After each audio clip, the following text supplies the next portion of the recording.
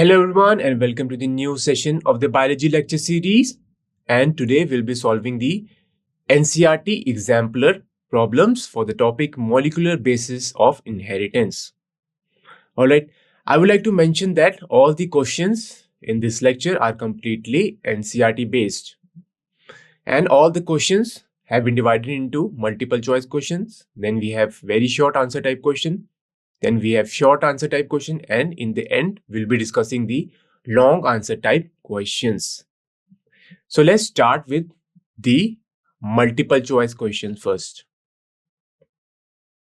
So we have the first question here.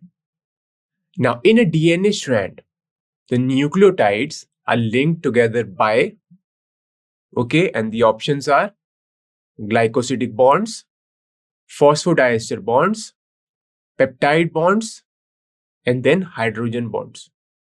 So these are the options. So nucleotide, it is made up of what? Nitrogenous base, a phosphate, and a ribose sugar. If we talk about the nucleotide, it is made up of nitrogenous base,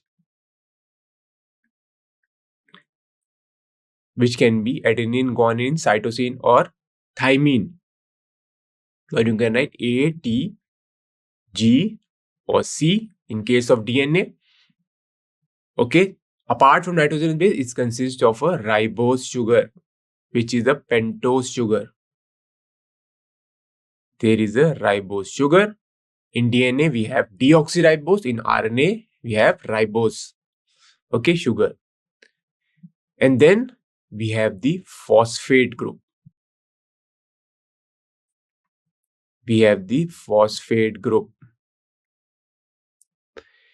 Now in DNA, which kind of linkage is present? Or how a nucleotide is joined with. So if this is the nucleotide number 1, and then we have nucleotide number 2, and then we have nucleotide number 3. So in the question, it is asking how they are linked together, with which kind of bonds. So either the bonds in the options are given glycosidic bond, phosphodiester bond, peptide bond, or hydrogen bonds. So this is a very straightforward question. So what should be the answer here? Answer is option number B. So the DNA or the nucleotide, they are linked together with the help of 3' to 5' phosphodiester linkage. This you have to remember, 3' to 5'. So what is meant by this 3' to 5'?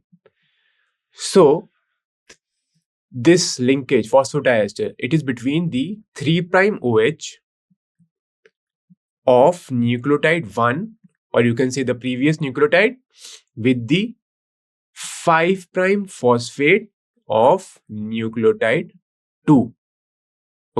So this forms what? 3' to 5' phosphodiester linkage. And these two nucleotide 1 and then nucleotide 2, they join together with the phosphodiester bond and they form a dinucleotide. If many nucleotides are joined together, suppose you can write N, suppose 100, then it forms a polynucleotide. And all these nucleotides are joined together by 3' to 5' phosphodiester bond. Alright, so more nucleotides can be joined in such a manner to form a polynucleotide chain, which is known as what? Which is known as the DNA, deoxyribose nucleic acid. Alright, this is clear? The linkage is between the 3' OH of the nucleotide 1 with the 5' phosphate of nucleotide 2. Now coming to question number 2. The nucleoside differs from the nucleotide. And the question is, it lacks. Options are base, sugar, a phosphate group, or a hydroxyl group. Now nucleoside is different from nucleotide. So if we talk about the nucleoside, it consists of what? It consists of first a nitrogenous base, and it consists of a pentose sugar, or you can say ribose sugar. Whereas if you talk about nucleotide, okay, which are the repeating units of the DNA, it is made up of nitrogenous base, okay, and it consists of a pentose sugar also, okay, and then apart from this, it consists of a phosphate group as well. It consists of a phosphate group as well. So this is the difference between nucleoside and a nucleotide.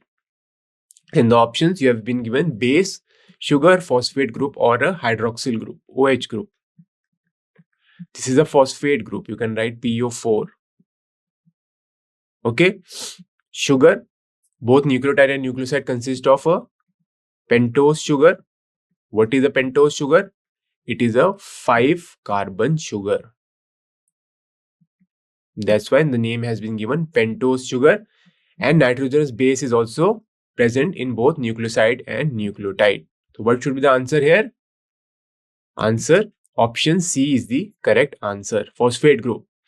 So a nitrogenous base is attached to the pentose sugar by an N-glycosidic linkage.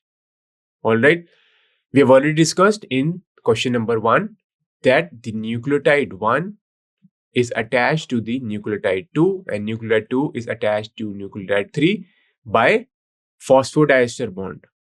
Okay, which bond was present? 5' to 3'. Phosphodiester bond. But there is another linkage, okay, which is present between the nitrogenous base and the pentose sugar. So the base is attached to the sugar. Okay, you can write here the base is attached to the sugar with the help of N-glycosidic. So here what is the bond? It is known as N-glycosidic linkage. This is the N-glycosidic linkage. Now, because of this linkage, it forms a nucleoside. There is no phosphate in nucleoside. So there is no phosphate group in nucleoside. Okay. So nucleoside is formed by the N-glycosidic linkage, which is present between the base and the sugar.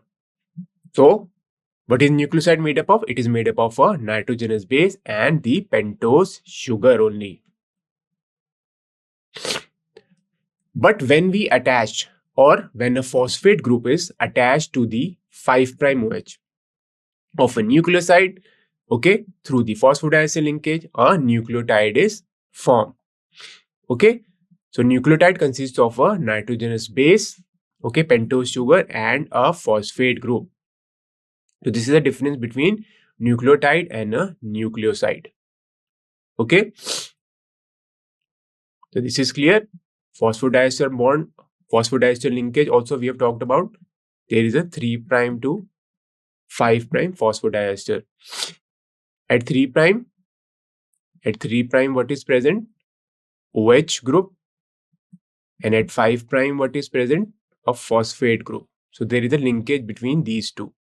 That's why we call it 3' to 5' phosphodiester linkage. Okay. Now, so nucleoside differs from the nucleotide as lacks the phosphate group. Now let's talk about question number 3. Both deoxyribose and ribose belong to a class of sugars. Okay. And you have to name that class of sugar. So deoxyribose, you know, is present in what? DNA. And ribose sugar is present in RNA.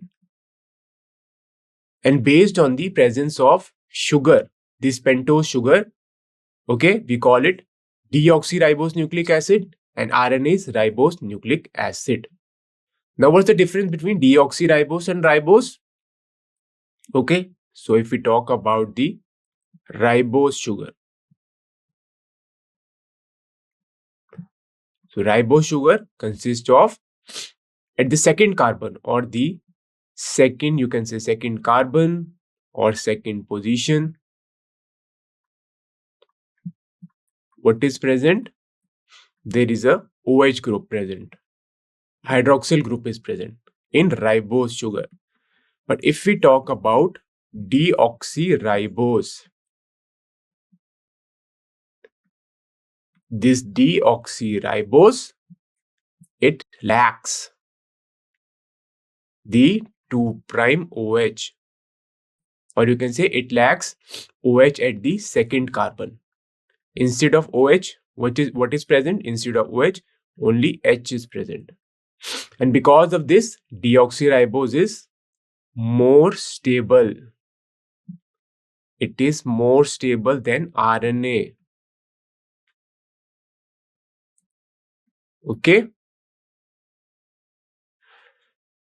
Now let's have a look at the options. First one is triosis. Okay. Then we have hexosis. Option C is pentosis. Option 4 is polysaccharides. So triosis, those sugar molecules that consist of 3 carbon atoms. Okay. Hexosis, they consist of 6 carbon. Examples, you can say glucose. Fructose also, it consists of 6 carbons. Okay. Pentosis, which consists of 5 carbon. Okay. Example, we already know is deoxyribose sugar that is present in DNA. And another example is ribose sugar that is present in RNA. Deoxyribose is present in DNA and ribose is present in RNA. Then we have polysaccharides. Okay, it is made up of many sugars, molecules which are attached. So what should be the answer to this question? Answer is option number C. So option number C is correct. Both deoxyribose and ribose, they belong to the class pentosis as it contains 5 carbon atoms. Okay, so these are called pentose sugar. Now here you can see the structure of this one is deoxyribose and B is ribose sugar. So I've already told you this is the second carbon here. Okay, so it consists of 6 carbon. Okay, you can see this is the carbon number 1, this is 2, this is 3, this is 4th, and this is the 5th carbon. Okay, here at carbon number 2, OH is present in ribose, whereas in deoxyribose, this is 1 carbon, this is 2nd, this is 3rd, this is 4th, and this is the 5th one. Here at the second position, OH is replaced by H. There is no hydroxyl group present here, and because of this, DNA is more stable. DNA is more stable, or it is more stable than RNA. Okay. So this is clear. Now let's move on to the next question. The fact that a purine, okay, base always pairs through hydrogen bonds with the pyrimidine base in the DNA double helix leads to, okay, now you know nitrogenous bases, they are of 2 types. First one is purine. Then we have the pyrimidine.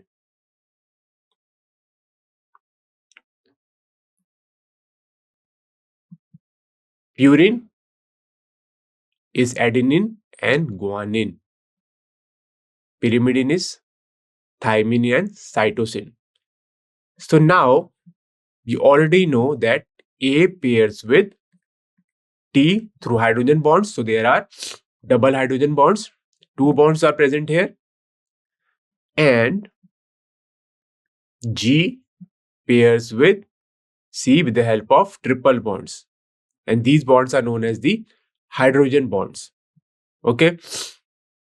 Now, in the question they are asking, then when the purine, okay, forms a bond with the pyrimidine in the DNA double helix, then this leads to means this pairing leads to what? Options are the anti-parallel nature. So you know DNA has a anti-parallel nature. One of the strand runs from 3' to 5'. Okay. And the other strand, what is the direction? 5' to 3'. Okay. This is the anti-parallel nature. So DNA is double-stranded. One of the strand runs from 3' to 5', other strand from 5' to 3'. Then the semi-conservative nature. Does this pairing tell you about the semi-conservative nature? No. So this is not the correct answer. Anti-parallel nature is also not the correct answer. Semi-conservative nature you already know. Okay. One of the strand comes from the each parent. Okay. This is known as semi-conservative nature. So DNA replication we know is semi-conservative. One is parental and one is the recombinant. Now, third option is uniform width throughout the DNA. And last option is uniform length in all DNA. Okay. What is the answer here? Option number C is the correct answer. Okay. Now, let's see why. The diameter of the DNA strand is always constant. Okay. Why it is always constant? Due to the pairing of the purine, which are adenine and guanine, and the pyrimidine, which are cytosine and thymine. Now, this specific bonding gives uniform width to the DNA. Now, what is the width of the DNA? Width of the DNA is 20 angstrom, or you can also say 2 nanometer. This is the width of the DNA. And this constant width of the DNA is because of the pairing between the purine and the pyrimidine. Okay, this is clear. Now, let's move on to the next question.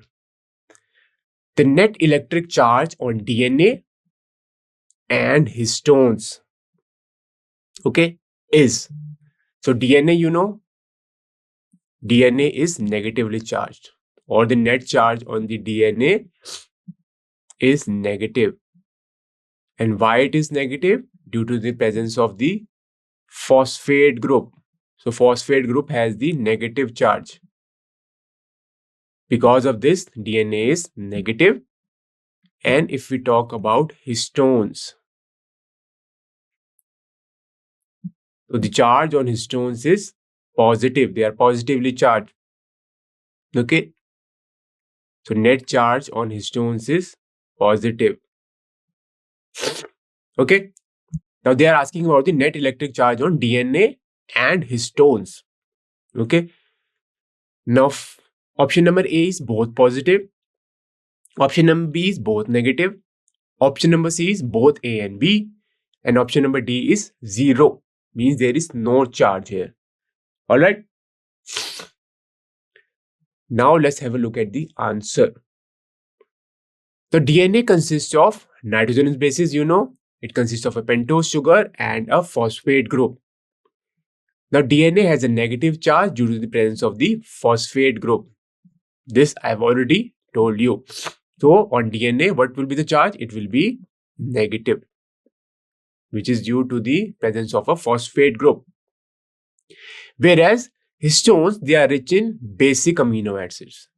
They are rich in basic amino acid residues such as lysine and arginine.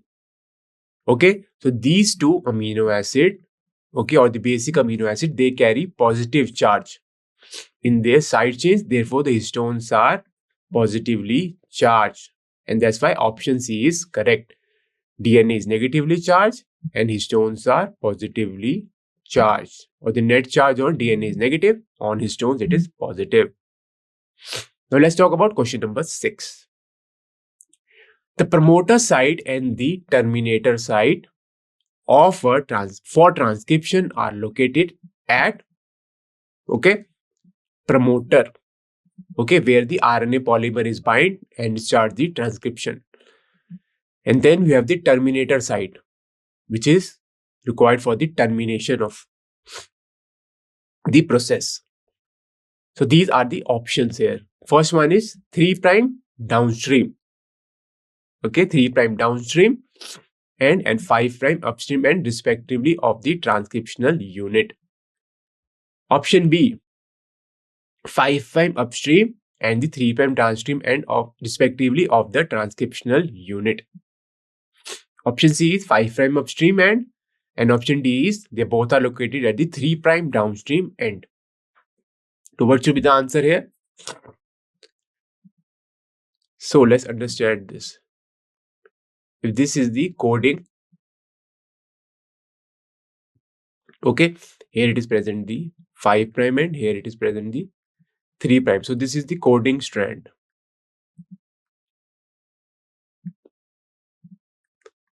This is the coding strand. So promoter region is present here. Okay, and the terminator region is present here. If we talk about the coding strand, okay. So this is the promoter and this is the terminator. Alright, this is clear. So what should be the answer here? Upstream means this side. Downstream means this side.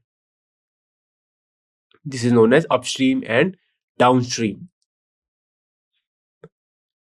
So what should be the answer? Option B. The promoter is the bind. Okay, option B is the correct answer. Now let's do what is promoter? Promoter is the binding site for RNA polymerase for initiation of the transcription. This you already know and is present upstream of the coding strand.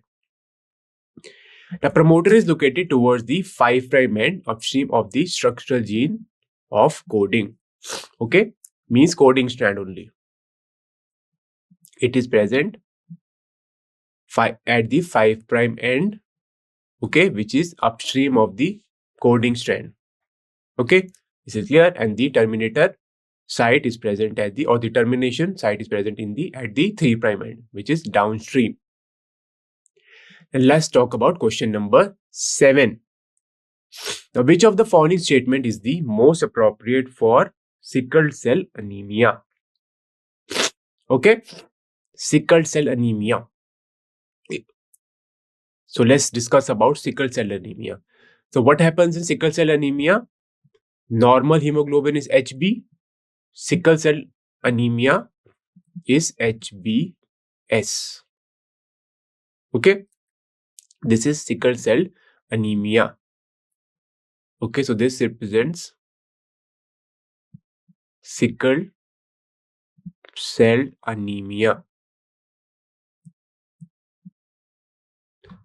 And this is normal hemoglobin.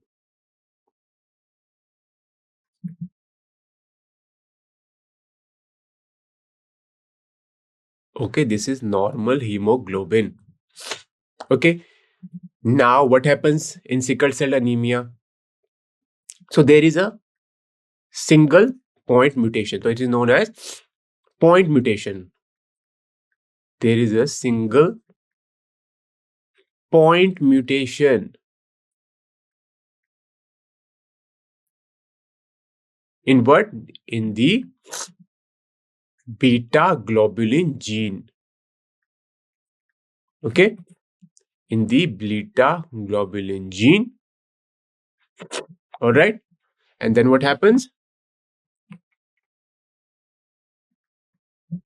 Because of this point mutation, glutamic acid or the glutamate,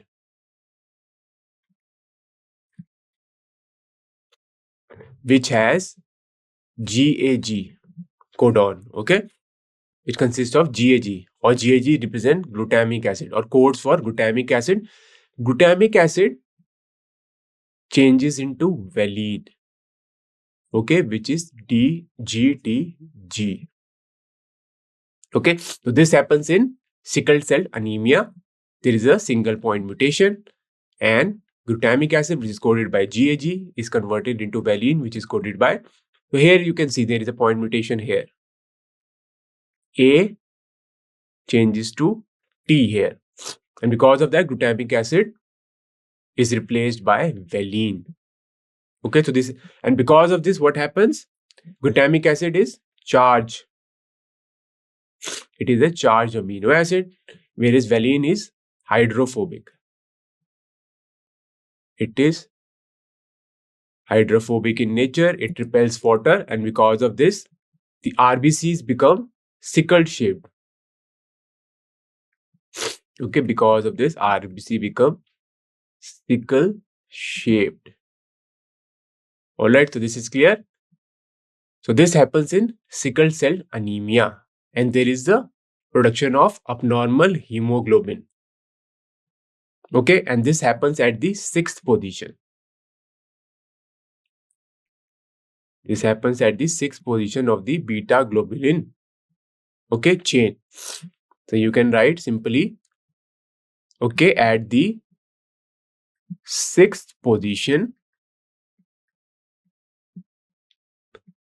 of beta globulin, okay, of the beta globulin chain of hemoglobin. Chain of what? Chain of hemoglobin.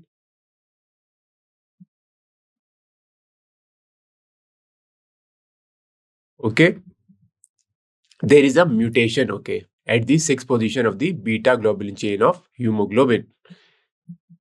In bracket you can write there is a mutation, single point mutation, and because of this, okay, GAG transforms into GTG. GAG, I've already told you, codes for glutamic acid, and GTG codes for valine. Okay, and this results in the change in the shape of the RBCs, and they become sickle shaped.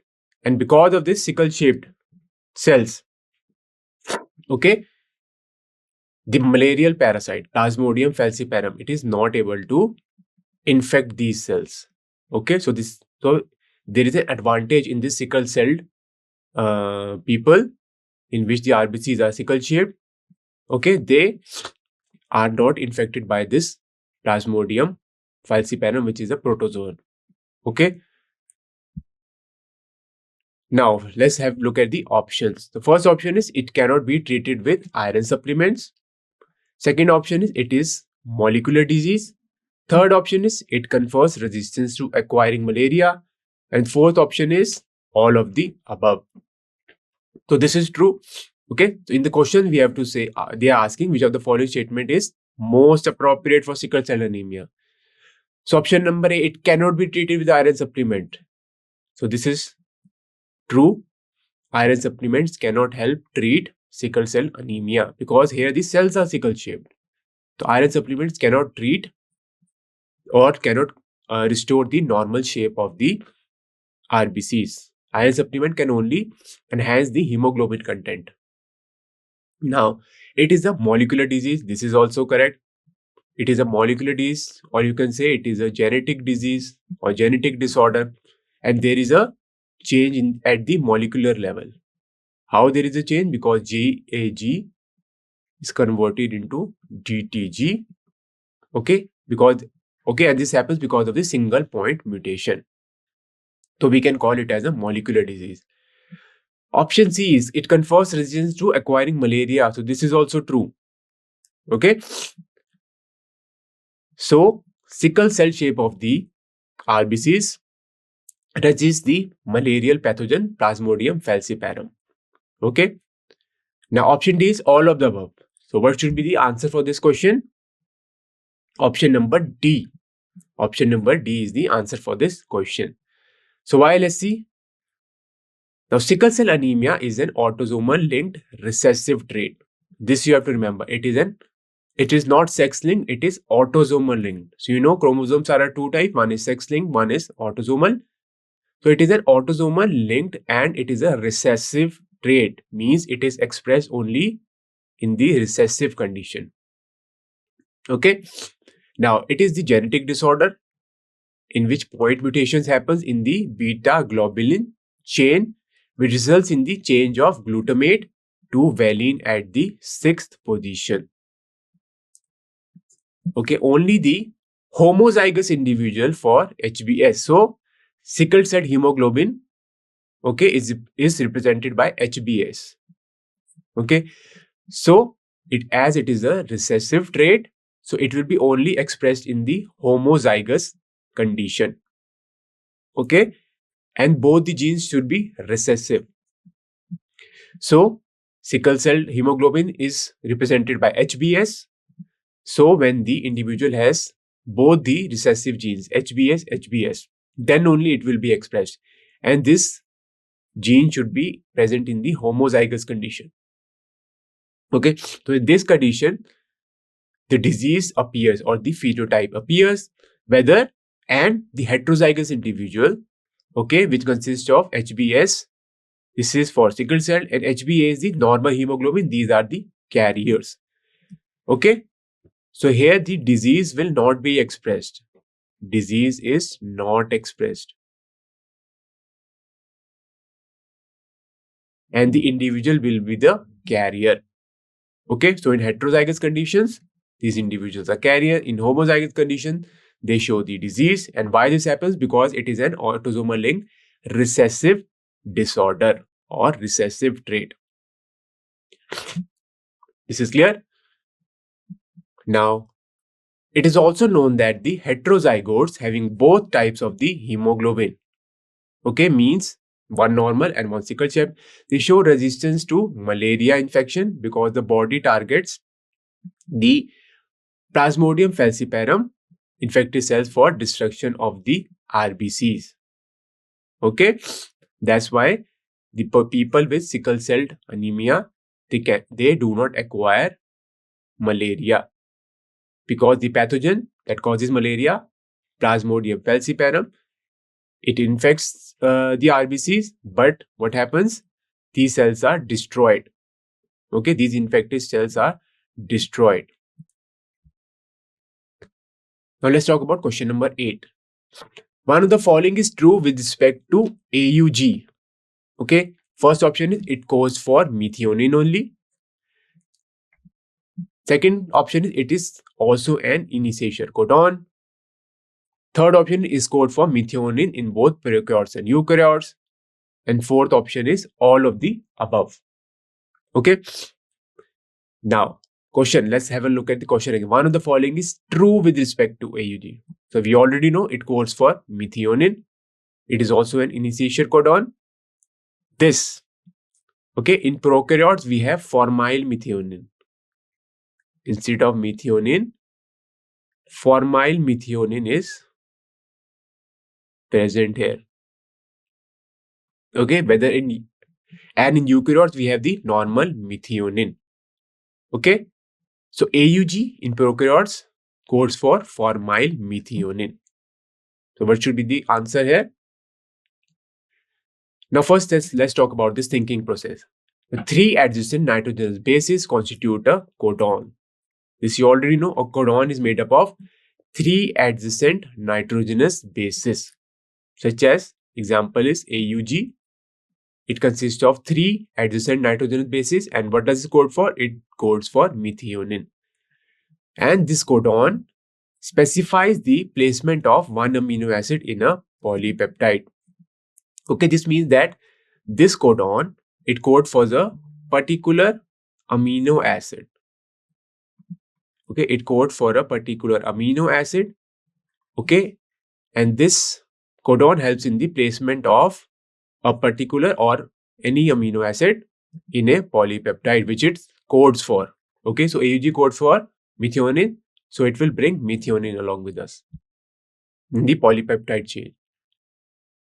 Now, option number D is correct. Okay, all of the above. So, polypeptide synthesis is signaled by 2 initiation codons, commonly AUG, which codes for methionine. It is a methionine codon, and rarely by GOG, which codes for valine. It is known as valine codon. So AUG, now you know it codes for methionine. AUG, it is also an initiation codon. Okay, and it codes for and in prokaryotes and eukaryotes, in both of them, AUG codes for methionine. There is a slight difference for methionine, but methionine is the main thing here. Okay, now since there are 64 triplet codons, okay, and only 20 amino acid. So you know we have 4 codons. Okay, if we talk about, we have 4 nitrogenous base, A, T, G, and C. Okay, and we know that codon, it consists of 3 adjacent nitrogenous bases. So because of this, we have 64 triplet codons. We have 64 triplet codons. But what happens? These 64 triplet codons doesn't code for 64 amino acids. They code for only 20 amino acids. They code for, what does this mean? This means that more than one codon codes for one amino acid. Okay. So since there are 64 triplet codons and only 20 amino acid, the incorporation of some amino acid must be influenced by more than one codon. Okay, so more than one codon codes for a single amino acid. Okay, you can simply write more than one codon. Okay, more than one codon codes for a single amino acid. Okay, single amino acid. Okay, this is clear. Now, there are two codons, UGG and AUG. UGG codes for tryptophan and AUG codes for methionine. So only tryptophan and methionine are specified by single codons. Okay, and AUG codes for methionine, you know, in both prokaryotes and eukaryotes. So that's why option D is the correct answer here. Now let's talk about question number 9. The first genetic material could be, okay, so genetic material can be of two types. One is DNA, another is RNA. All right. Now let's have a look at the option. The first genetic material could be, option 1 is proteins, second option is carbohydrate, third option is DNA, and fourth option is RNA. Now what should be the answer here? Option number D is the correct answer. Okay, initially RNA was the genetic material. Okay, and because RNA was very unstable. RNA was very unstable. Why it was unstable? Because of the presence of the 2' OH. It was very unstable. And also, okay, so this is first point. RNA was unstable. Okay. So later DNA became the genetic material which is quite stable because there is no 2' OH here. And why RNA was the first genetic material? Because RNA had so many roles initially. It can act as a catalyst, it has enzymatic activity, okay, and it also played some other roles in metabolism, translation, splicing, okay. So RNA was the first genetic material.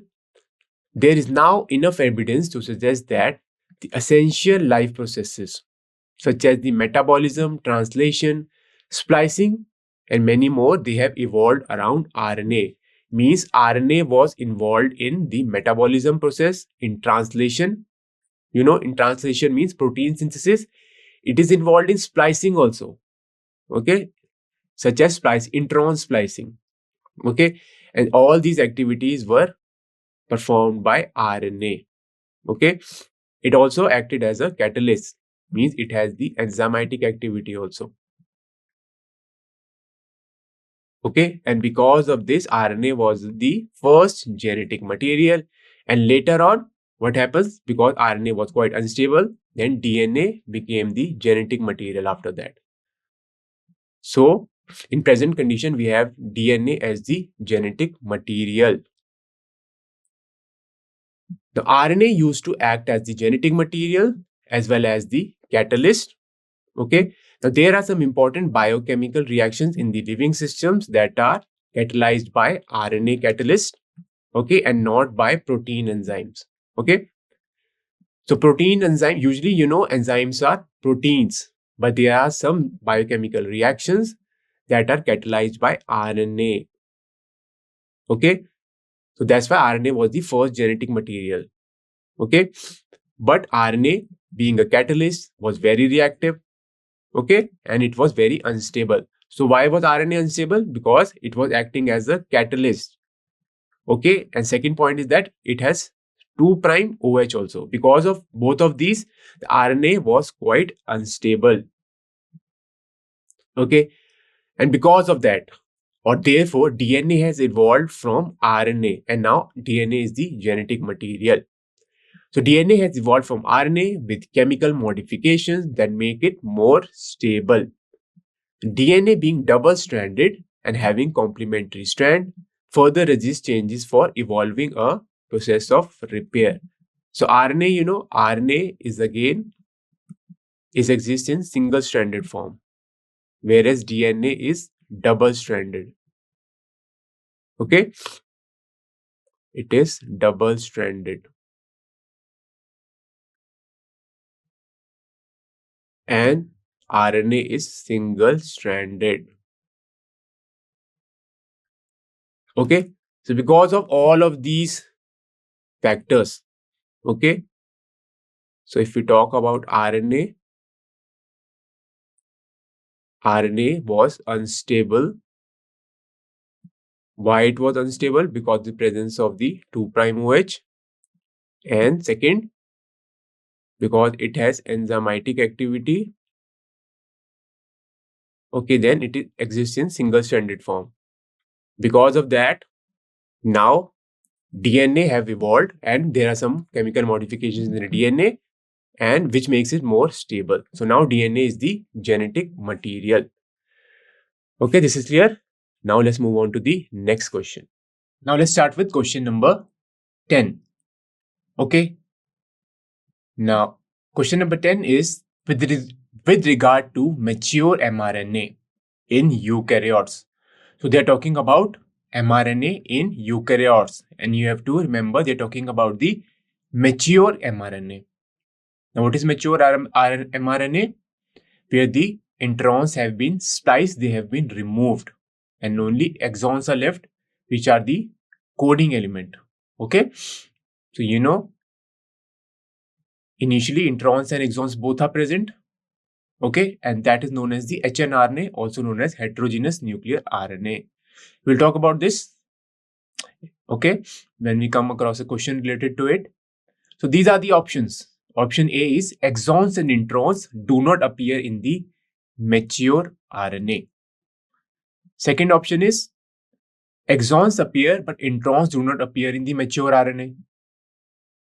Option C is introns appear but exons do not appear in the mature RNA. And option D is both exons and introns appear in the mature RNA. Alright. So first let's discuss about the primary transcript, also known as the pre-mRNA, and the mature mRNA. Okay. Now from DNA, okay, we get the RNA. This process is known as transcription, and from the RNA, we get the proteins. Okay, this is known as transcription.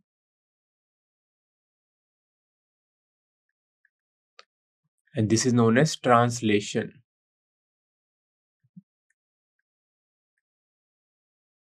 Now, what happens when DNA is converted to RNA, or when DNA is processed into RNA?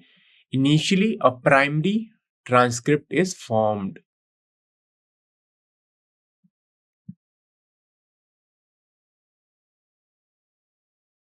Initially, a primary transcript is formed, which is known as the pre-mRNA.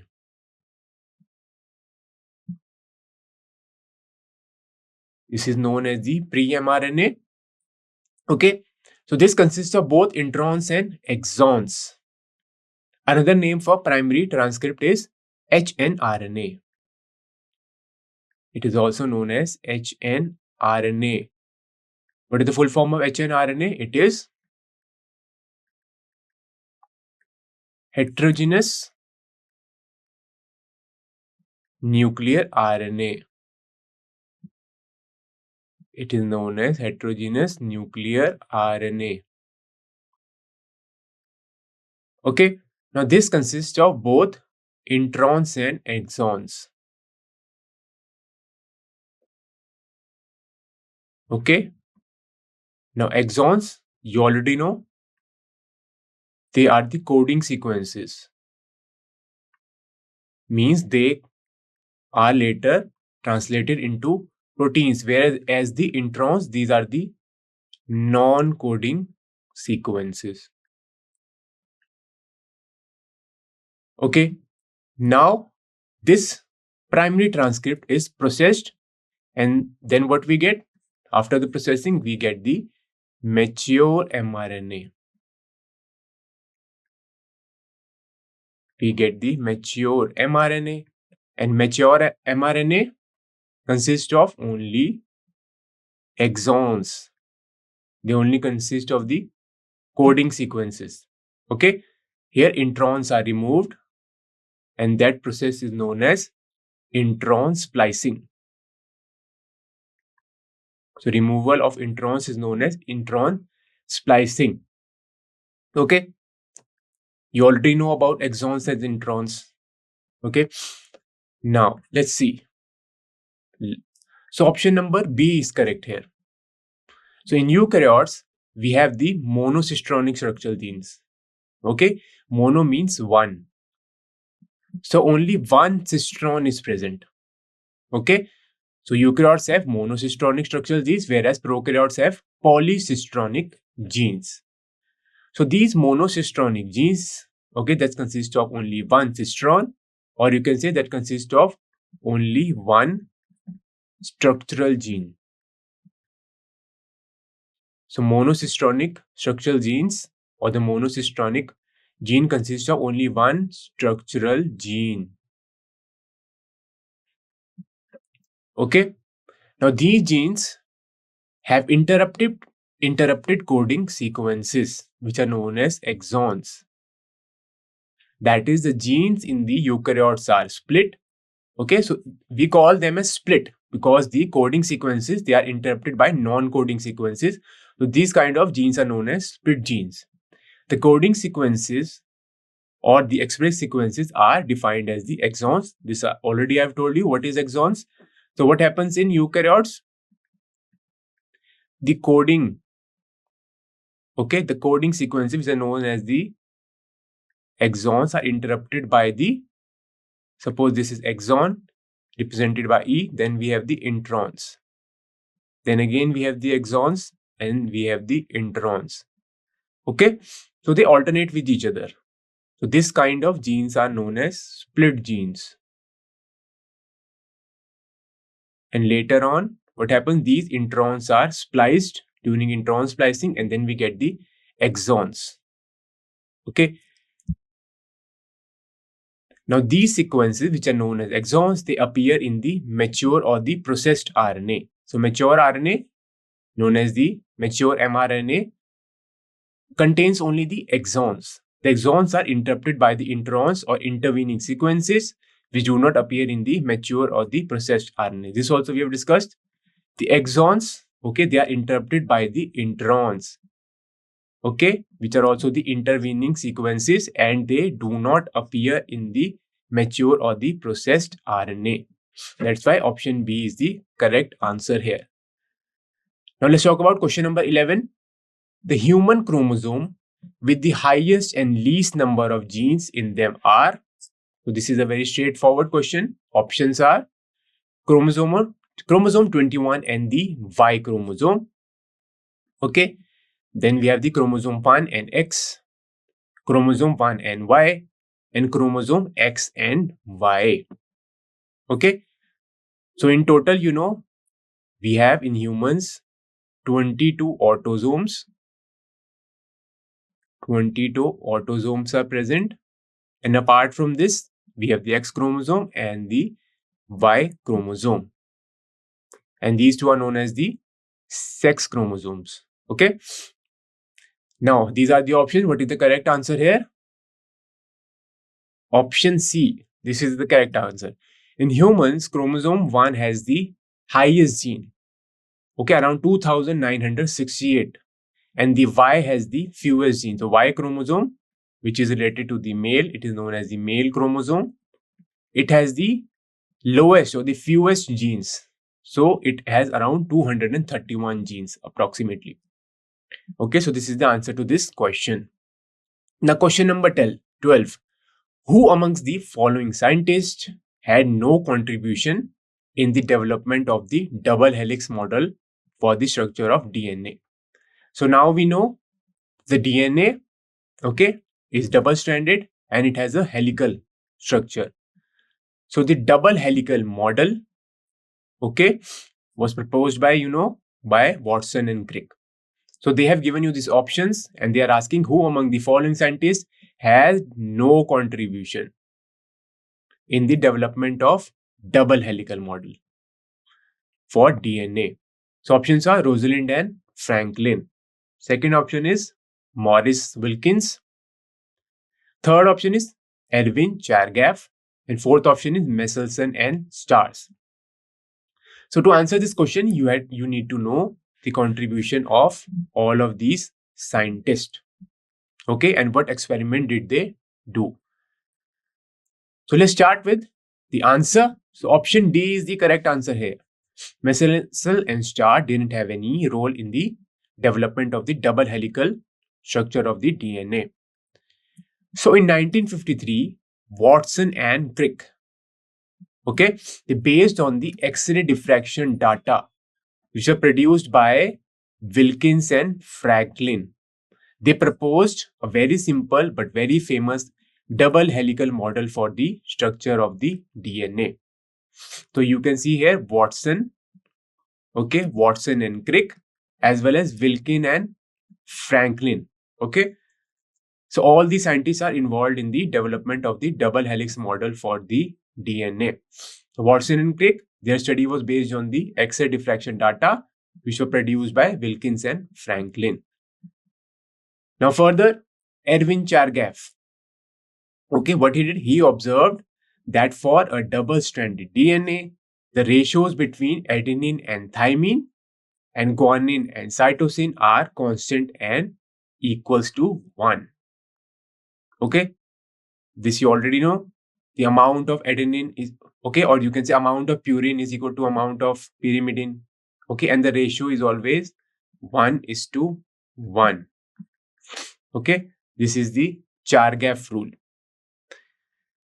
So A, always pairs with T and G always pairs with C. So you can say the amount of A should be equal to amount of T and amount of G should be equal to amount of C. So this is the rule. And there is a ratio of 1:1. Or you can also say amount of purine is equal to amount of the pyrimidine. So this also helped to decipher the double-stranded helical structure of DNA. So Chargaff was also involved here. Now let's talk about Messelson and Starch. So Messelson and Starch in 1958, okay, they performed the experiment on the bacteria E. coli. And what they proved? They proved that the DNA replication is semi-conservative. Okay. What does semi-conservative means? Okay. Means in the progeny, one of the strand is from the parent and other is the newly synthesized. Okay. This is known as semi-conservative. Okay. So in the newly formed DNA, one of the strand is parental. One strand will be always be parental and second strand will be the newly synthesized strand. Okay, newly synthesized strand. This is known as the semi-conservative nature. Okay, so they didn't play any role in determining the double helical structure of the DNA. And in the experiment, they used a heavy isotope of nitrogen. So they used N15. Okay, to prove that DNA replication is semi-conservative but had no contribution in the development of double helical model. So that's why option D was the correct answer. Now let's move on to the question number 13. DNA is a polymer of nucleotides which are linked to each other by 3' to 5' phosphodiester bond. This we have already discussed. Okay, 3' OH is linked to the 5' phosphate of the nucleotide. Now, to prevent the polymerization of the nucleotide, or you can say to prevent the formation of this phosphodiester bond, which of the following modification would you choose? So these are the options. Option number A, replace purine with pyrimidines. Okay. Option B is remove or replace the 3' OH group in deoxyribose. Okay. Now option C is we can remove or replace the 2' OH group with some group in the deoxyribose. Okay. Option C says you can remove or replace the 2' OH with some other group. Option D is both option B and C. Now, you already know that how the polymerization takes place or at which site the nucleotides are added. So, nucleotides are added at the 3' OH site. Okay. Nucleotides are always added at the 3' to 3' OH. Okay. And the direction of DNA synthesis. And the direction of DNA synthesis is what? 5' to 3'. Okay, in this direction. There is always DNA replication or DNA synthesis. Okay, so to add the nucleotides, we need the 3' OH group. 3' OH group is necessary because nucleotides are added to the 3' OH group. Okay, so option B is the correct answer here. Now, why option B is correct? Let's understand this. The enzyme called as DNA polymerase, it progressively adds deoxyribonucleotides to the free 3' end. Okay, free 3' end of the growing polynucleotide chain, so that the replication of the 3' to 5' strand of the DNA molecule is continuous. Okay, and the growth of the new strand will be in the 5' to 3' direction. What does this mean? This means, suppose if this is the strand, what is the polarity here? 3' to 5'. Suppose this is the coding strand.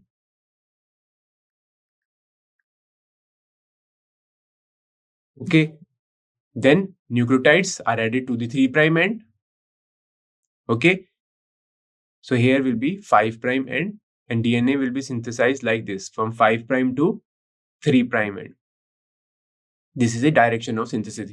This is what it is saying. There is a replication of the strand which has the polarity of 3' to 5'. Okay. And the growth of the new strand is in 5' to 3' direction. Okay. There is a replication of this strand and the replication growth is from 5' to 3'. So to prevent the polymerization of nucleotide, 3' OH group in the deoxyribose should be replaced or removed. Now let's talk about question number 14. Discontinuous synthesis of DNA occurs in one strand because, okay, so they are talking about the Okazaki fragment here. There is discontinuous synthesis. So I will draw a rough diagram here. So this is the leading strand.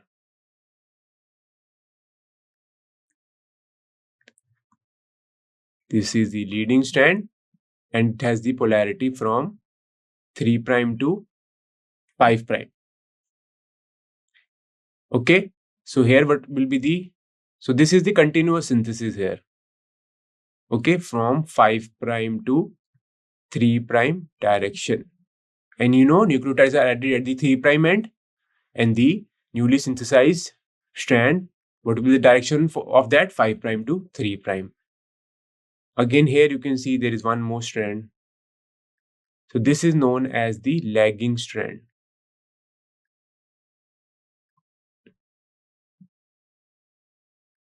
This is known as the lagging strand. Okay. So what will be the polarity here? 3' to 5'. Okay. Now how DNA synthesis will take place? So here discontinuous DNA synthesis. So this is known as the continuous DNA synthesis.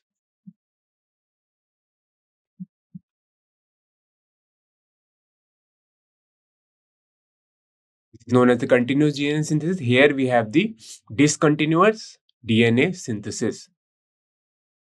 So here, okay, it will be synthesized like this. So here we have the 3' and here will be the 5' end. So DNA synthesized in this direction.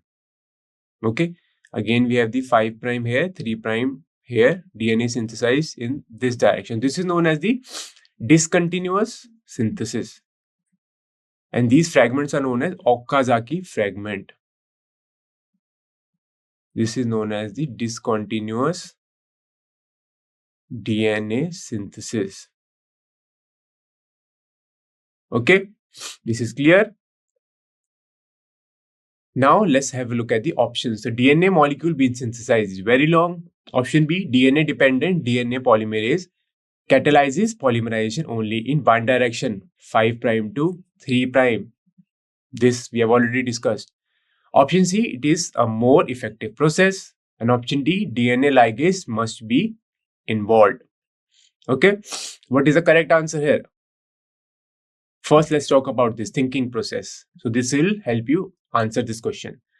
So the replication of 3' to 5' strand. So this I've already told you. This was the leading strand. Okay. Leading strand has polarity from 3' to 5'. So replication of this strand is continuous. Okay, in 5' to 3' direction. And it is called as the leading strand. So this strand is known as the leading strand. While the replication of the second strand, okay, which is in 5' to 3' direction. So this is known as the lagging one, lagging strand. Okay, of the DNA molecule is discontinuous. Okay, and this strand is known as the lagging strand. This I've explained you. And the fragments produced here are known as the Okazaki fragment. These fragments are known as the Okazaki fragments. Okay. Now, DNA polymerase, add deoxyribonucleotides to the free 3' end of the growing polynucleotide chain so that the replication of the 3' to 5' strand of the DNA molecule is continuous and the growth of the new strand in 5' to 3' direction takes place. Okay, the new strand is synthesized in the 5' to 3' direction. Okay, and the replication of the 3' to 5' strands takes place. Now, since DNA-dependent DNA polymerase, this we know, catalyzes the polymerization only in one direction, 5' to 3', discontinuous synthesis of DNA occur in the other strand, which is known as the lagging strand. Okay.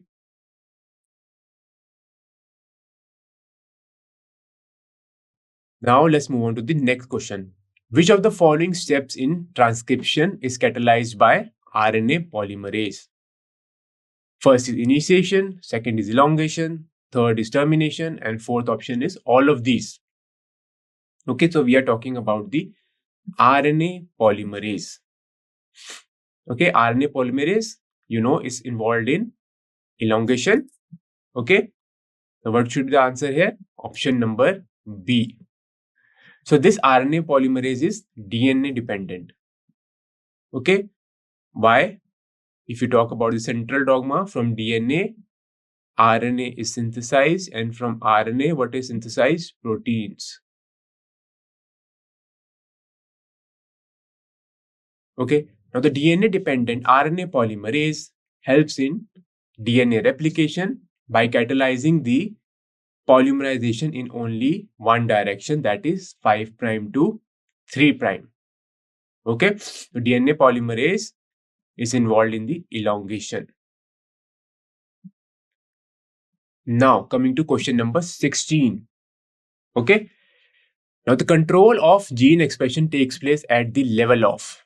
So they're talking about the control of the gene expression. At which levels the gene expression can be controlled. Okay, now let's have a look at the options. First is DNA replication, second is transcription, third is translation, and option fourth is none of these. Now let's discuss about it. First, let's talk about this. The regulation of the gene expression refers to a very broad term that may occur at the various levels. So, regulation of gene expression can occur at various levels. All right. So here, option B is the correct answer. Now, considering that gene expression results in the formation of polypeptide. Okay, polypeptide is nothing, it is a protein. Okay, so you already know gene expression. What does gene expression means? Okay, gene expression means formation of the product, which is the polypeptide or proteins. Okay, so gene, or you can say DNA. Genes are the fragment of DNA. DNA is converted into RNA, and RNA is further converted into polypeptide or proteins. This comes under gene expression. Okay, now it can be regulated at various levels.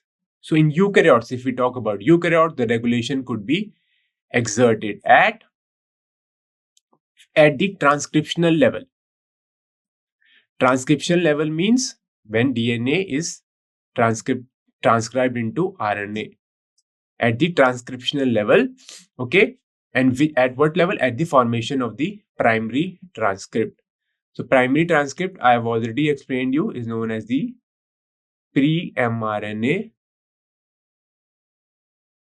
okay, also known as the hnRNA or heterogeneous nuclear RNA. It consists of both introns and exons. Okay, now option B, processing level. And what does this include? Regulation of the splicing. So after the formation of the primary transcript, so we can write here hnRNA. Okay, this is processed into what? This is processed into the mature mRNA.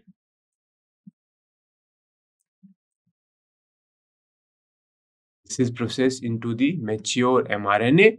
Okay, so here introns are removed. This is known as intron splicing. This is known as the intron splicing. Okay, so from hRNA, mature RNA is produced. So here also gene regulation can be done at the processing level, processing of the primary transcript. Now let's talk about the third. Now transport of the mRNA from the nucleus to the cytoplasm. So after the processing, what happens? The mature RNA has to be transported from the nucleus to the cytoplasm. And in cytoplasm, what happens in eukaryote? Translation. Here translation will take place.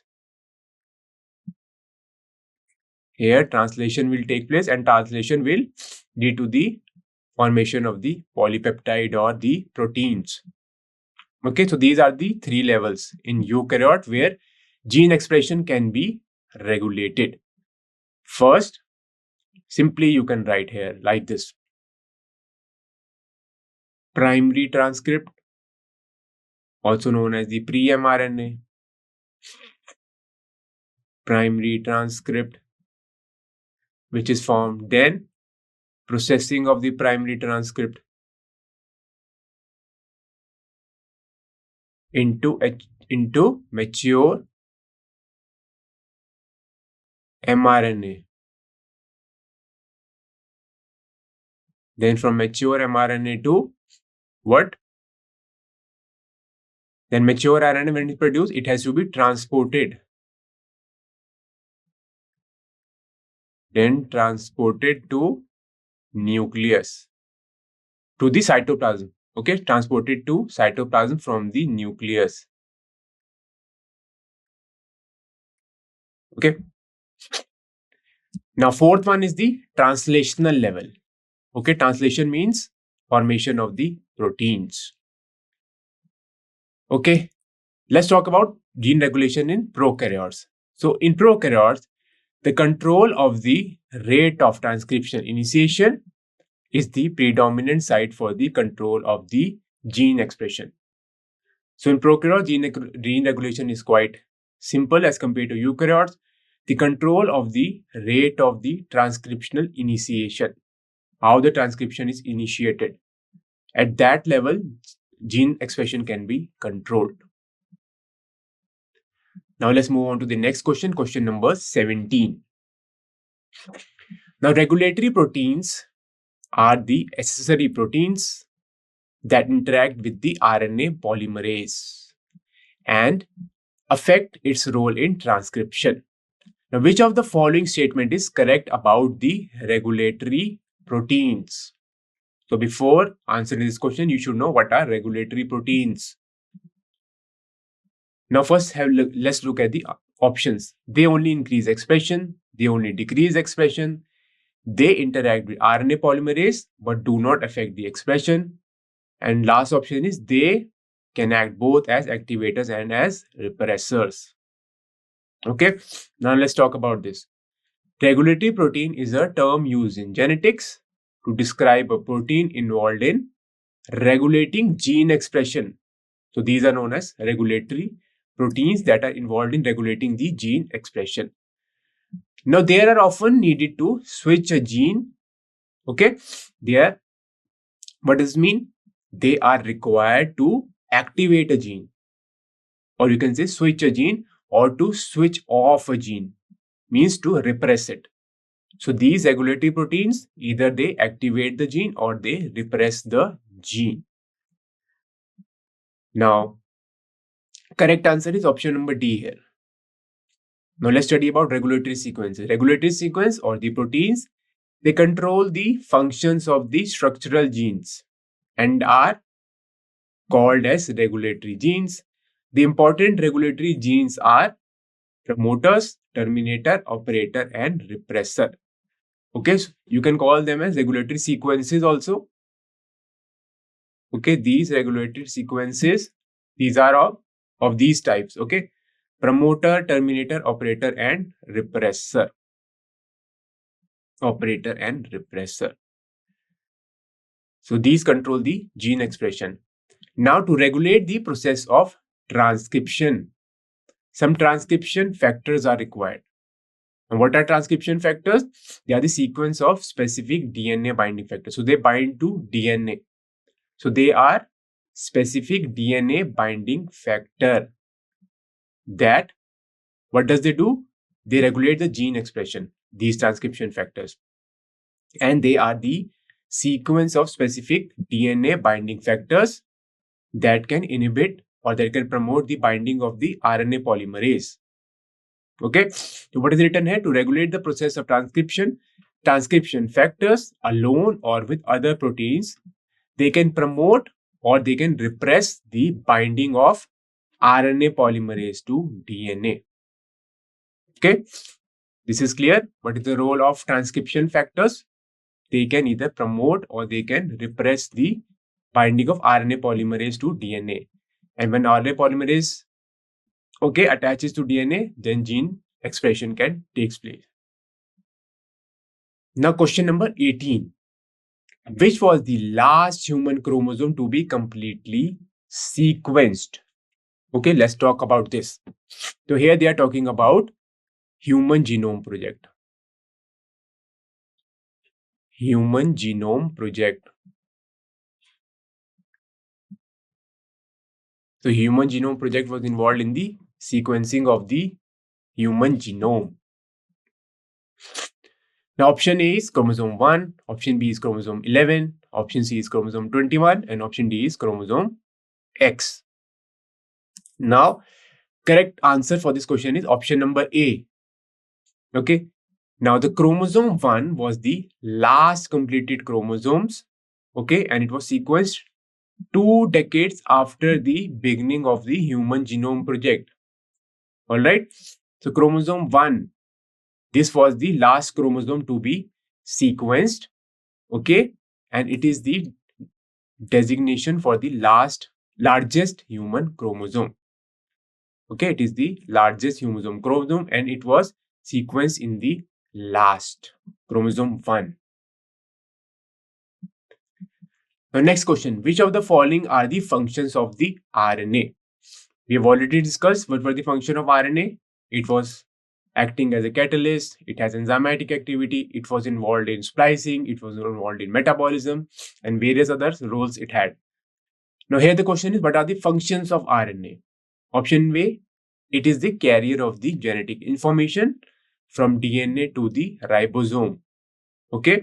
And then it helps in the synthesizing the polypeptide. Okay. Now, second, it carries amino acid to ribosomes. Third is, it is a continuous component of ribosome. Okay. It is a constituent component of the ribosome. And option D is all of the above. Now, let's have a look at the answer. Now, this you already know. RNA is a single chain polyribonucleotide. Okay. So, RNA is always single stranded. It is single-stranded polyribonucleotide which function as carrier of coded genetic or hereditary information from DNA to the cytoplasm for taking part in protein and enzyme synthesis. Okay, so this is clear. Now, option D is the correct answer here. So, RNA are of 3 types: ribosomal RNA, messenger RNA, and transfer RNA. These are the major classes of RNAs that are involved in the gene expression. So, all these types of RNA, they have different role: ribosomal RNA, messenger RNA, and transfer RNA. Now, ribosomal RNAs bind protein molecules and give rise to the ribosomes. Okay, and mRNA carries coded information for translation into the polypeptide formation, and transfer RNA is called as soluble or adapter RNA. Okay, and it carries amino acid to messenger RNA during the protein synthesis. So these are the role of this different types of RNA. Ribosomal RNA, they bind to protein molecules. Okay, and they give rise to ribosomes. So they are the components of the ribosomes.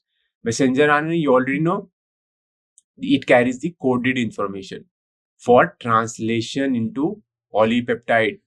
And transfer RNA, it acts as an adapter RNA and it carries the amino acid for the protein synthesis. So this is clear. Now let's talk about question number 20. Now question number 20 is, while analyzing the DNA of an organism, a total number of 5,386 nucleotides were found, out of which the proportion of different bases were: adenine were 29%, guanine was 17%, cytosine was 32%, and thymine was 17%. Okay, now considering the Chargaff rule, it can be concluded that these are the options. It is a double-stranded circular DNA.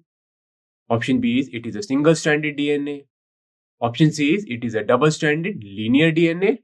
And option D is no conclusion can be drawn. Okay. So you have to first know about the Chargaff rule. What is Chargaff rule? And in the question, they have given you this: adenine is 29%, guanine is 17%, cytosine 32%, and thymine 17%. Okay, so let's start with the answer. Now, according to the Chargaff rule, so answer to this question is option number B. So let's study about the Chargaff rule.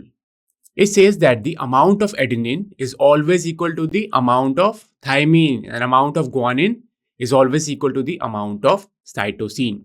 Means A is equal to T and G, amount of G will be equal to amount of C. And also you know that A pairs with T with 2 hydrogen bonds and G pairs with C with the help of 3 hydrogen bonds. So here adenine is joined to thymine with 2 hydrogen bonds and guanine is joined to cytosine by 3 hydrogen bonds. Okay. So because of this, the ratio of adenine to thymine and that of guanine to cytosine is always equal to 1. Okay. So here you can see A by T is equal to G by C and the ratio is always equal to 1. So the organism that has been given in the question, in that the DNA is not following the Char-Gap rule. Okay, so it can be concluded that it is a single-stranded DNA and not double-stranded DNA. Okay, this is clear. Now let's move on to the next question. In some viruses, DNA is synthesized by using RNA as a template. So such DNA is called, so we have the options aDNA, bDNA, cDNA and ribosomal DNA. Okay, so if we talk about the central dogma, it says that DNA is transcribed into RNA and from RNA is translated into proteins. So from DNA to RNA, this is known as transcription.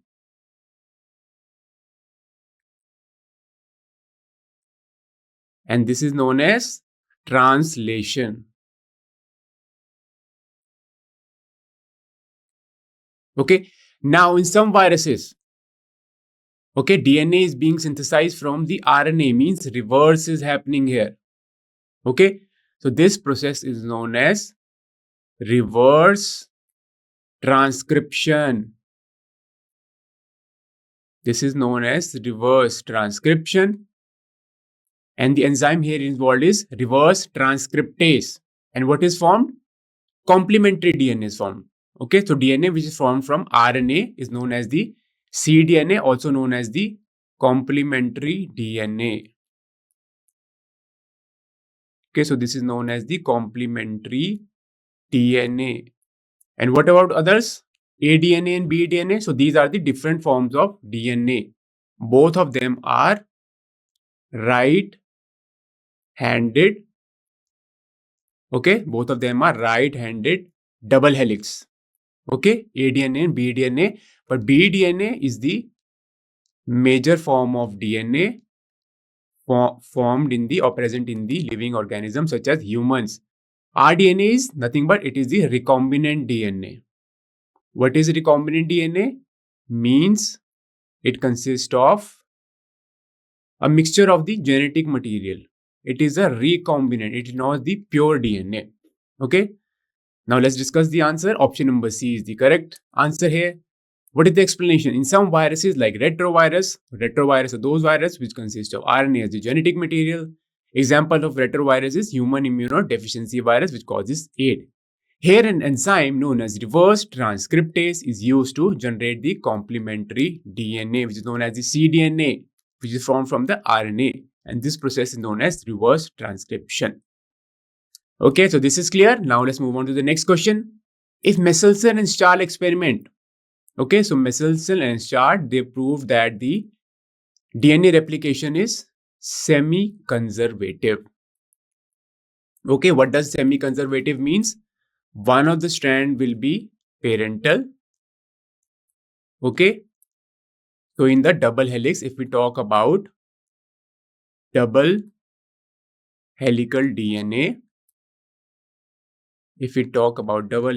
DNA, one will be the parental strand and other will be the newly synthesized.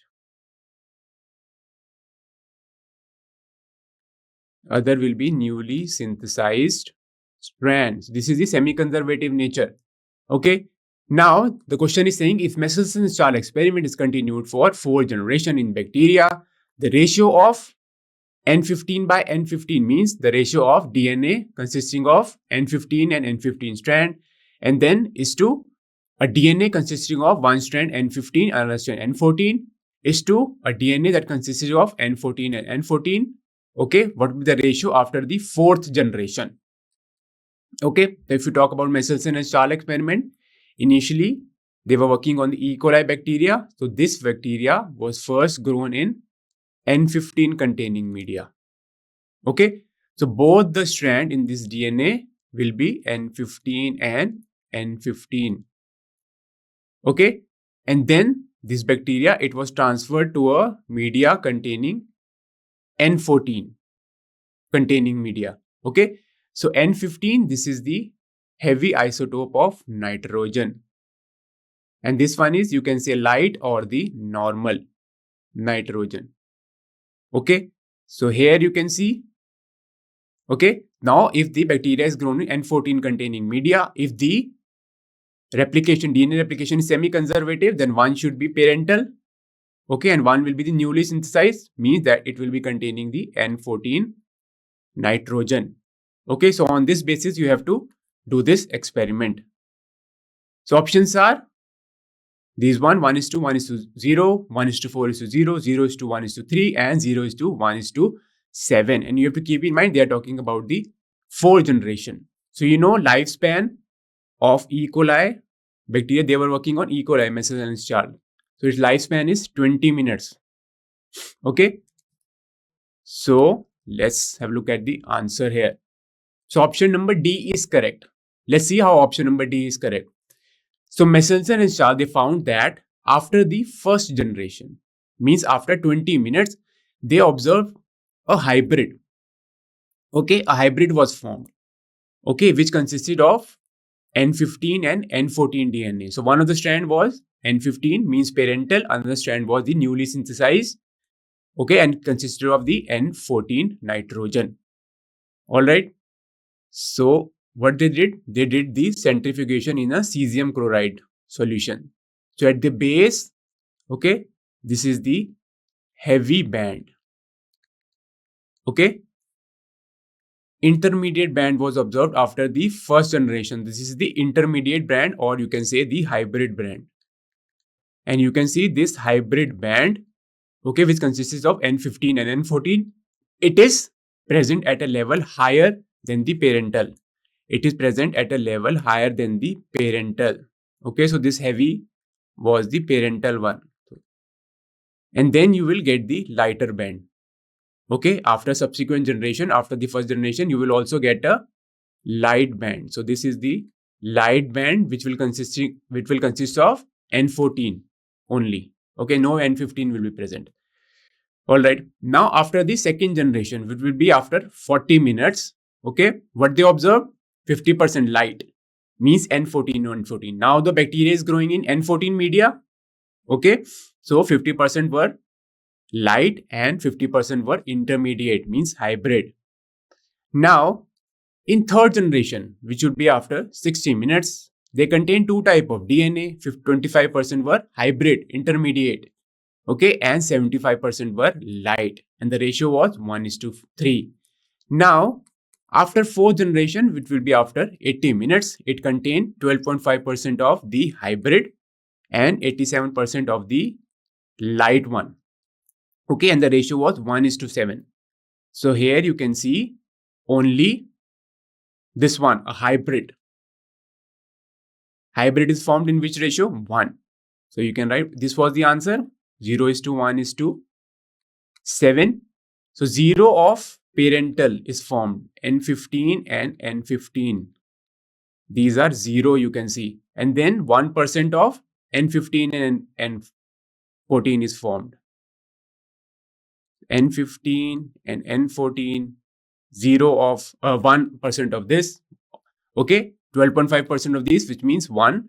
And then majority of the DNA consisted of N14 and N14. So 7 will be, this denotes N14 and N14.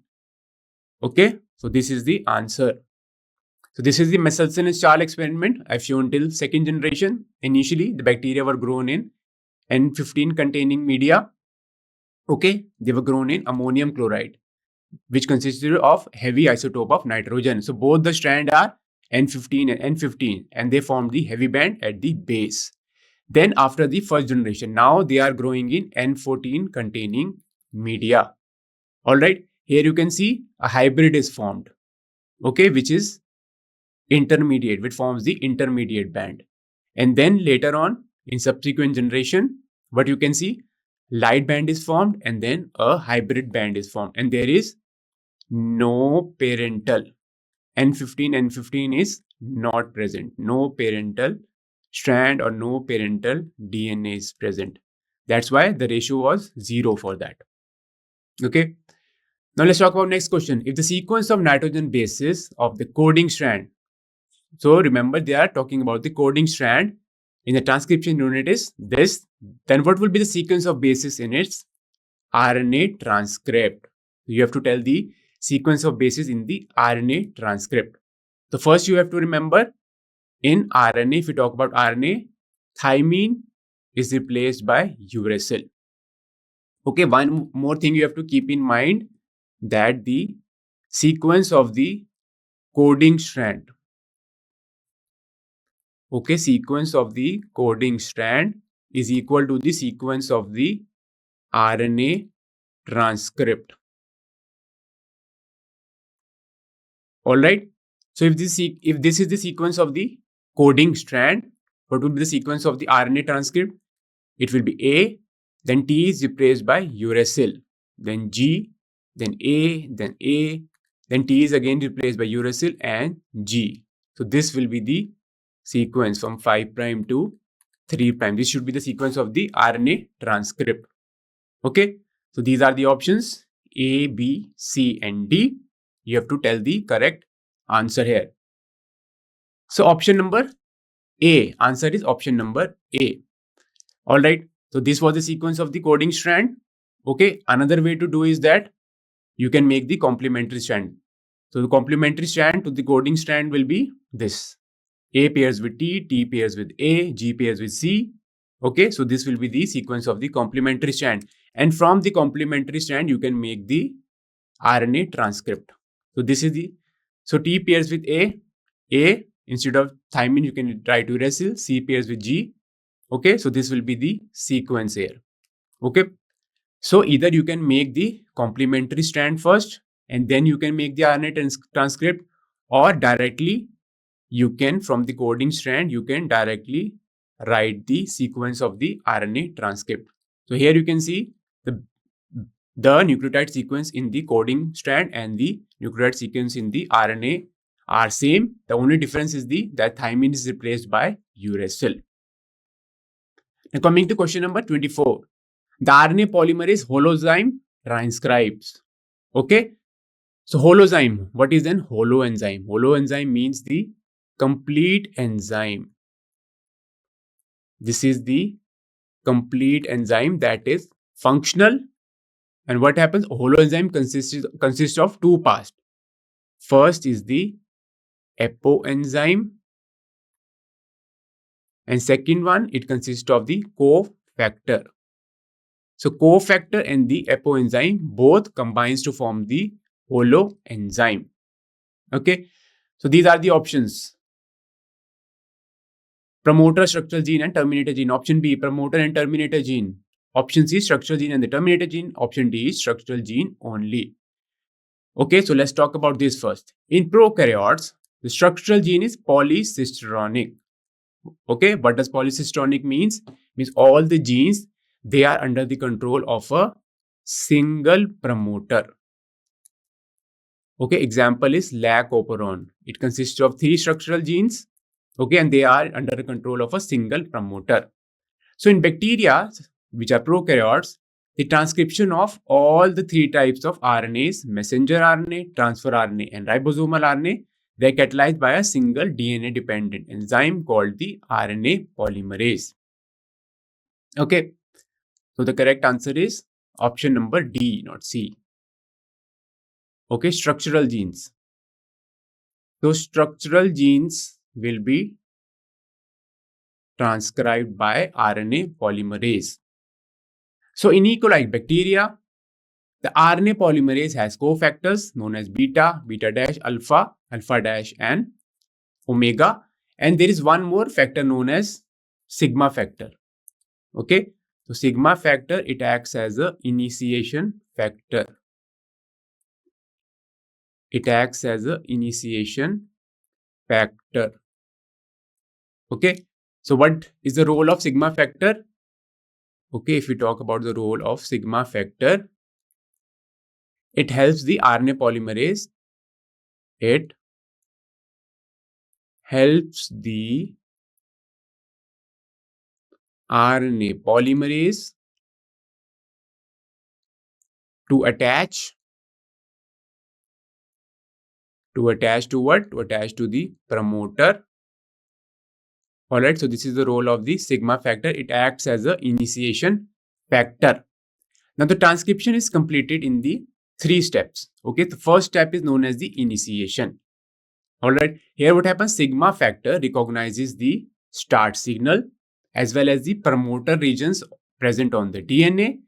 Okay, which then along with the RNA polymerase bind to the promoter to initiate the transcription. Alright, so this is the role of the sigma factor. It recognizes the start signal as well as the promoter region. Alright, and then it initiates the transcription. Alright, so here is the schematic structure of the transcription unit. Transcription unit looks like this. Okay, here we have the template strand. Okay, and this one is the coding strand. We can also write coding strand as non-template strand. Okay, we can also call it as a non-template strand. Okay, here is the promoter is present, here a terminator sequences are present. Okay, this is the transcription start site. Alright, so sigma factor helps the RNA polymerase bind to the promoter and it also recognizes the transcription start site. Alright, now second step is elongation. After initiation, we have elongation. Here what happens? The RNA polymerase, after initiation of RNA transcription, it loses the sigma factor but continues the polymerization of the ribonucleotides to form the RNA. Okay, here in elongation what happens? Sigma factor, okay, it dissociate and what happens? There is addition of new ribonucleotides at the which end? At the 3' OH. Okay, so there is addition of ribonucleotides. This what happens in the elongation process. Then the last step is the termination. Okay, now what happens here? Once the RNA polymerase reaches the termination region, okay, what happens at the termination region? The RNA polymerase separate from DNA RNA hybrid. Okay, so now a DNA hybrid, RNA hybrid is being formed. Okay, so suppose this was 3' to 5' DNA. This was the template and the RNA is being synthesized here from 5' to 3'. So this is a DNA RNA hybrid. Okay, so RNA polymerase dissociate from the DNA RNA hybrid. As a result, nascent RNA separate. This process is called termination, which is facilitated by termination factor rho. Okay, so in prokaryotes, there is a factor, termination factor, which is known as the rho. So this rho attaches to the RNA polymerase.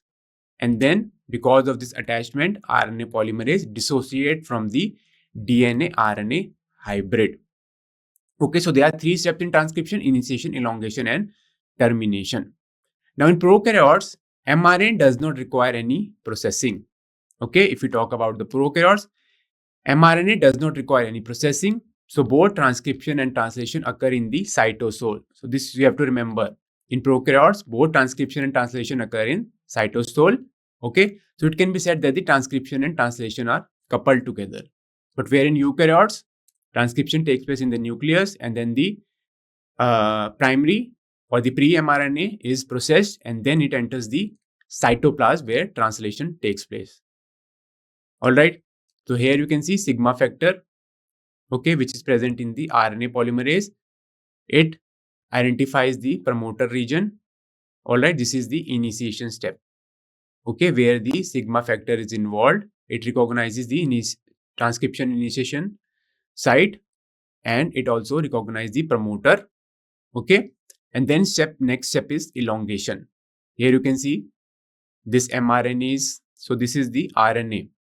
And here what is happening? Ribonucleotides are being added here in elongation step. And then last step is the termination. Okay, here you can see the rho factor. This rho factor binds to RNA polymerase.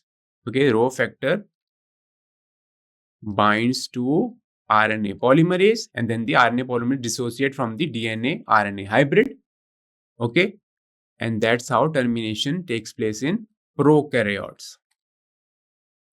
Okay, this is the termination step. Now let's talk about next question. Question number 25. So if the base sequence of a codon in mRNA is AUG, okay, the sequence of transfer RNA pairing with it must be. So these are the options.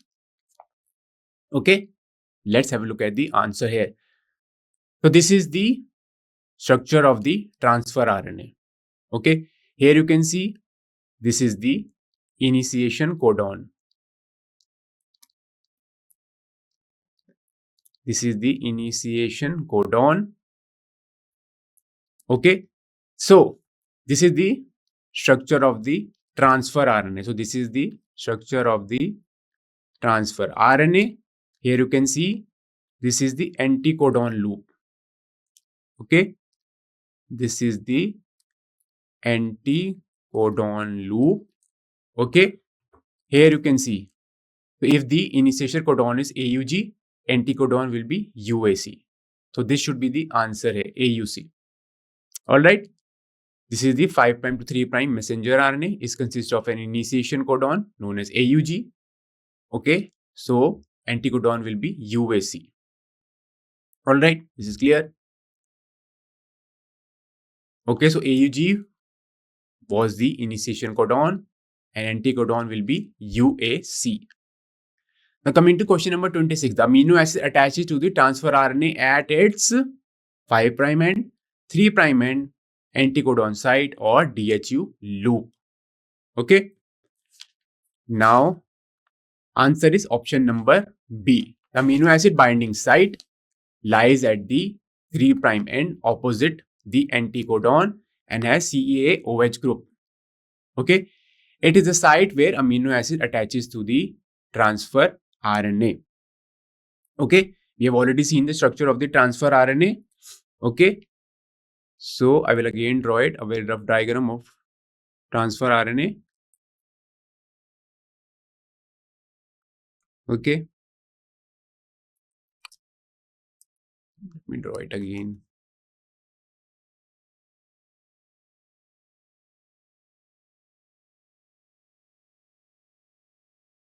Here, this is the amino acid acceptor site.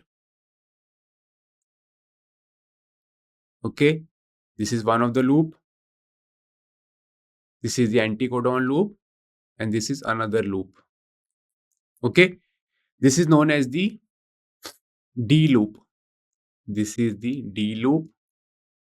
This is the T loop. This is the anticodon loop where anticodon is present.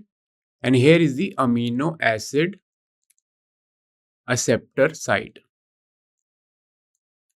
This is the amino acid acceptor site. Okay, this is clear. Now, question number 27. To initiate translation, the mRNA first binds to the smaller ribosomal subunit, the larger ribosomal subunit, the whole ribosome, or no such specificity exists. Okay. Now, the cellular factory responsible for synthesizing proteins is known as the ribosome. This you already know. So, answer is option number A. This is the correct answer. Let's see explanation of this. Now, the ribosomal consists of structural RNAs and about 80 different proteins. This you already know. In its inactive state, it exists as two subunits. Okay, one is the larger subunit, another is the smaller subunit. When smaller subunit encounters the mRNA, okay, the process of translation of mRNA of protein begins. Okay, so what is required? The binding of the smaller subunit to the messenger RNA is required, and then only translation is initiated. So that's why answer is smaller subunit. Okay.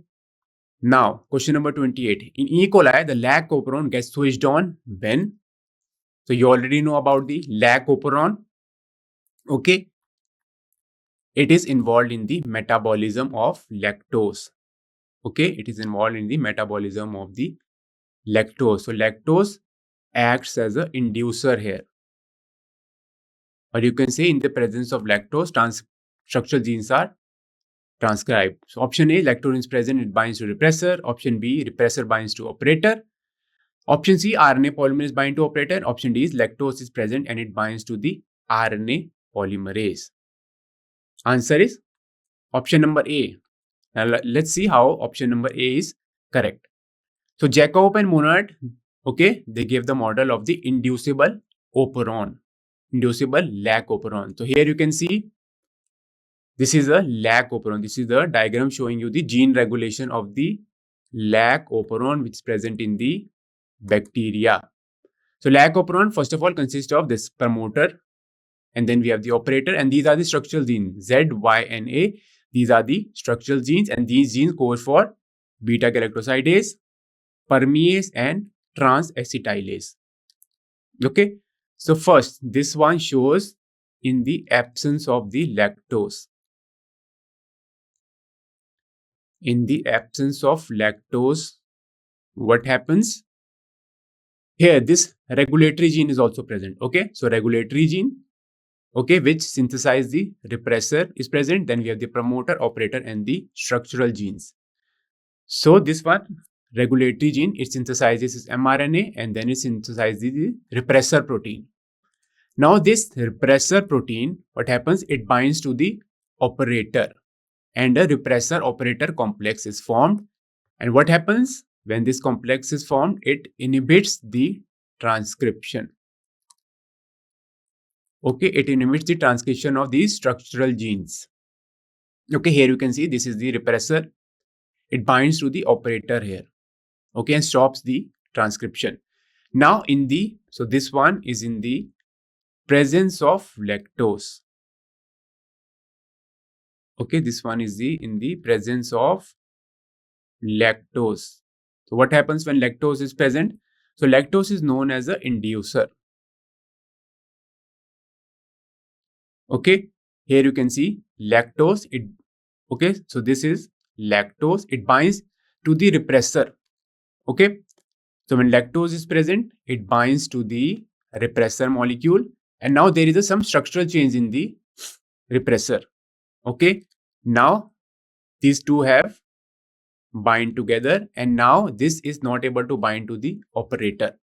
Okay, so here you can see inducer repressor complex is formed. Inducer is lactose here. Okay, so you can say lactose repressor complex is formed, this one. Okay, and then it cannot bind to the operator and because of that there is transcription of this structural genes. So in presence of lactose, structural genes are transcribed and they form their respective protein, beta galactosides, permease and trans-acetylase. All right, and then lactose is broken down into glucose and galactose. That's why I've told you lac operon is involved in the metabolism of lactose. So this is an example of inducible operon.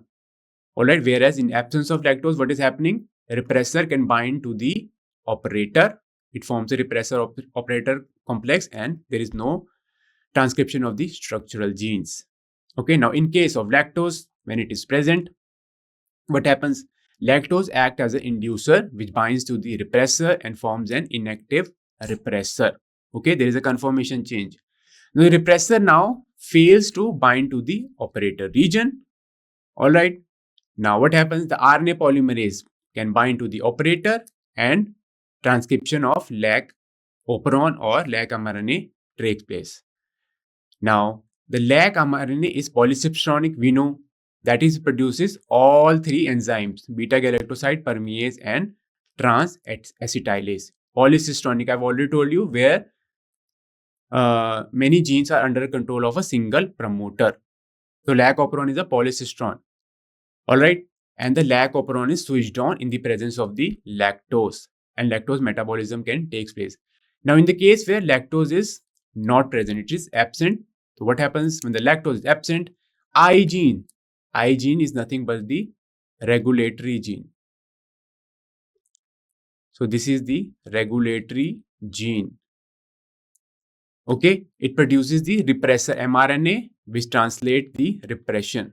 Okay, now The repressor protein binds to the operator. The repressor protein, which is produced by the regulatory gene, it binds to the operator, okay, of the operon, and as a result prevents the RNA polymerase to bind to the operon, and there is no transcription of the structural genes, and we can say the operon is switched off. So this is clear. So this was the end of this session. We will start with rest of the questions in the next session. Thank you very much for listening.